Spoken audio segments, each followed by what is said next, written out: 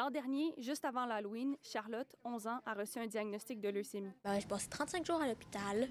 Je ne pouvais plus aller à l'école. J'ai eu des traitements de chimiothérapie, des ponctions lombaires.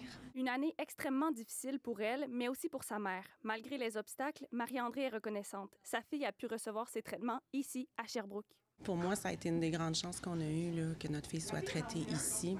Parce qu'à toutes les fois que j'imaginais aller à Montréal, tous les jours, tous les 2 jours, je sentais en dedans de moi là, que ça tremblait. Donc, vraiment, les soins de proximité, ça n'a pas de prix. Là. Merci à mes précieux docteurs. Charlotte est aujourd'hui ambassadrice pour la Fondation du CHU, qui lance son nouveau fonds pour l'oncologie pédiatrique. Déjà 4 millions sur un objectif de 10 sont amassés.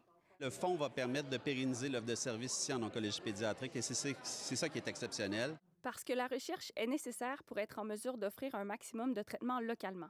Isabelle Lapointe et Nicolas Leblanc ont perdu leur fille l'année dernière. Ils tenaient à honorer sa mémoire. Déjà, d'apprendre que ton enfant est malade, je pense qu'il n'y a pas pire nouvelle.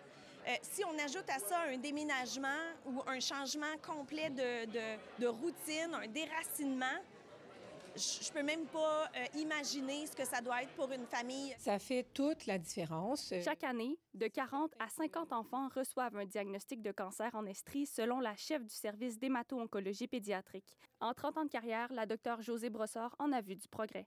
Il y a 10 ans, seulement le quart des enfants recevaient leurs soins ici. Aujourd'hui, c'est 95 %. Ma bataille a toujours été d'offrir les soins aux enfants et adolescents atteints de cancer vraiment près de chez eux, dans leur milieu.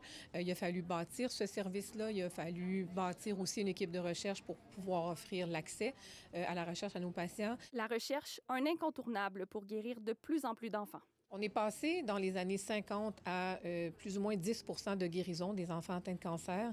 Aujourd'hui, c'est un peu plus de 80 % des enfants qui guérissent de leur cancer. Je suis en rémission de mon cancer. Charlotte est sur la bonne voie. Sa mère porte sur elle un regard rempli d'admiration. C'est l'espoir que la suite va être belle.